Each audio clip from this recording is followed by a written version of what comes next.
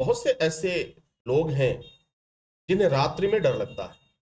यदि आपको रात्रि में डरने की समस्या है, रात्र में आप डर जाते हैं, आप कहीं जा रहे हैं, वहां डर जाते हैं, आप अपने घर में ही डर जाते हैं, यानी आपका जो डर है वह अंधेरे के कारण है।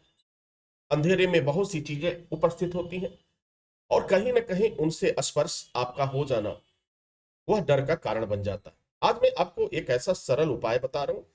दुनिया की सारी मेडिकल साइंस जब हार जाती है तो यह अध्यात्म कार्य करता है।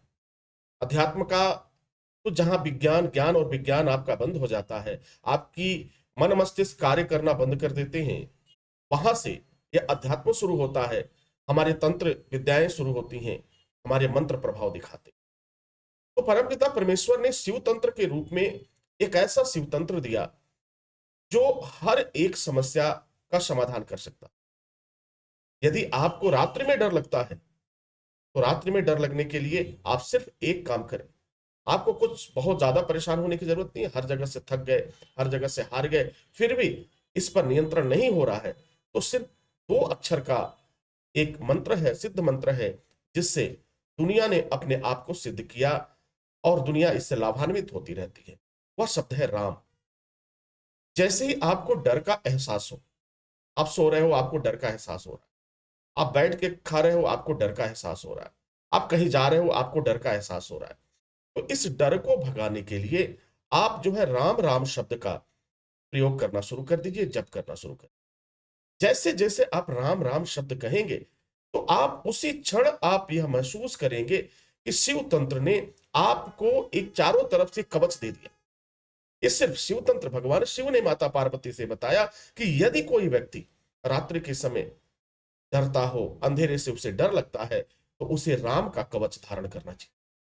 और राम का कवच धारण करने का उपाय, जब माता पार्वती ने पूछा, हे प्रभु, इस कवच को धारण कैसे किया जाए, क्योंकि जो व्यक्ति डरा हुआ है वह तो तमाम विधियों को नहीं कर सकता, वह तो पूजा नहीं कर सकता, वह तमाम जो विधि होते हैं हमारे वो नहीं कर सकता। तो उस समय भगवान शिव ने कहा कि देखो, इसमें कोई चिंता की जरूरत नहीं है, इस कवच को धारण करना बहुत ही सरल है।